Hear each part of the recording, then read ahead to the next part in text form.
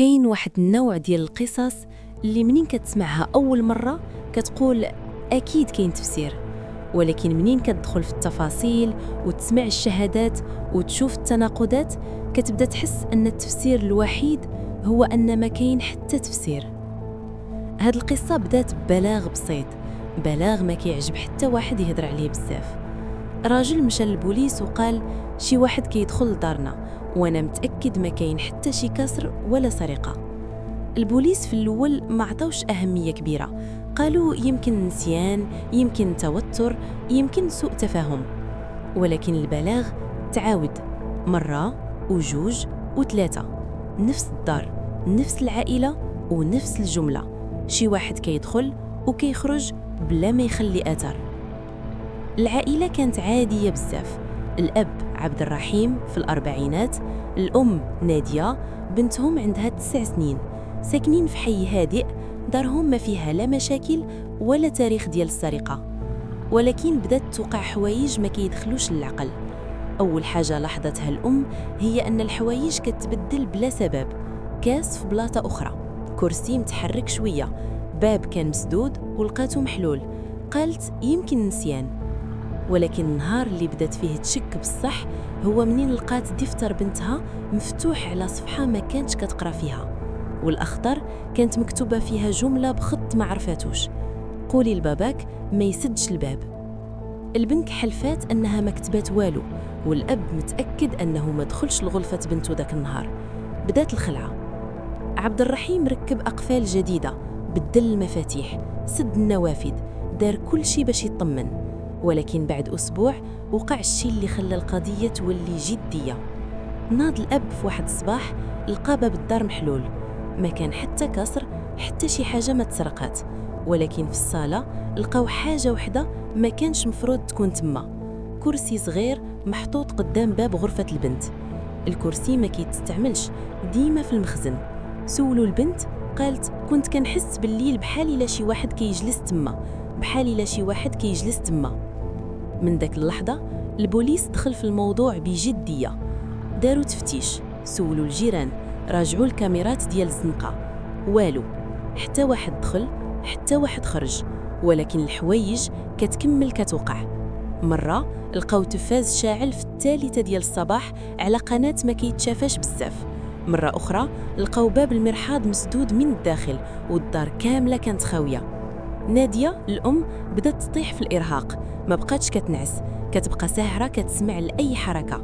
مرة سمعت صوت خطوات خفيفة، تبعت الصوت حتى وصلت للمطبخ. منين شعلات الضوء والو، ولكن على الطاولة كان كوب قهوة دافي. عبد الرحيم ما كانش في الدار، البنت كانت ناعسة، القهوة كانت دابا معمرة. ركبوا كاميرات داخل الدار، 3 الكاميرات، واحدة في الصالون، واحدة في الممر، واحدة حد باب غرفة البنت. أول ليل ما بان والو، تاني ليل نفس الشيء، في الليل الثالث وقع شي حاجة خلات حتى البوليس ما يلقاش تفسير. في 2:24 دقيقة بان في الكاميرا ظل كيدوز في الممر، ما كانش واضح، ما عندوش ملامح، غير حركة. ولكن الأبواب تحلات، كرسي المخزن تحرك، وباب غرفة البنت تفتح شوية وتسد. من بعد رجع كل شي ساكن. راجعوا التسجيل عشرات المرات، الخبراء قالوا ما كيبان حتى شخص. ولكن الحاجة الوحيدة اللي ما قدروش يفسروها هي أن الكاميرات ما تعطلاتش وما تقطعاتش، يعني اللي وقع تسجل فعليا. عبد الرحيم بدا كيطرح سؤال كيخليو حتى واحد يسكت: إلا ما كان حتى واحد دخل، شنو اللي كيتحرك في دارنا؟ الأسوأ وقع من بعد شهر. البنت مرضات فجأة، سخونية، تعب، نوبات خوف في الليل. قالت للطبيبة كنفيق كنلقى شي واحد جالس كيطلع فيا وكيقول لي ما تخافيش. سولوها واش كتشوف ملامح، قالت لا، ولكن كنحس بالبرد. الدار ولات شبه خاوية، العائلة مشات عند الأقارب، ولكن حتى تما بدات توقع حوايج صغار. البنت كتفيق وتقول راه مشى معنا. البوليس سد الملف بسبب غياب أدلة كافية، ولكن واحد الضابط قال لعبد الرحيم جملة ما نساهاش: كاين قضايا كنسدوها ماشي حيت تفهمات، ولكن حيت ما عندناش كيفاش نكملوها. العائلة ما رجعتش للدار، تكرات، تباعت من بعد. اللي شراها بقى فيها شهرين فقط ومن بعد خرج. قال غير الدار ساكنة ولكن ما كتحسش براسك بوحدك. إلى دابا ما تسجلات حتى جريمة، ما تسجل حتى اقتحام، ولكن الشهادات باقية.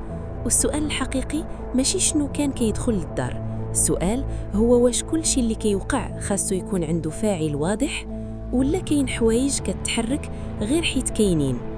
واش الإحساس ديال أنك مراقب هو وهم ولا تنبيه؟ وإلا كانت شي أماكن كتحتفظ بشي حاجة من اللي عاش فيها، شنو كتحتفظ بالضبط؟ وهنا كتسالي قصة اليوم. ولكن إلا حسيتي شي نهار أن دارك ما بقاتش صامتة كيف ما كانت، ربما المشكل ماشي في الصوت، ربما في شنو كيسمع. إلا عجبك هذا النوع ديال القصص، دير اشتراك في القناة طالينومبوس، حيث كنشاركو قصص غامضة وواقعية كتقرب بزاف للحقيقة أكثر مما كتصور.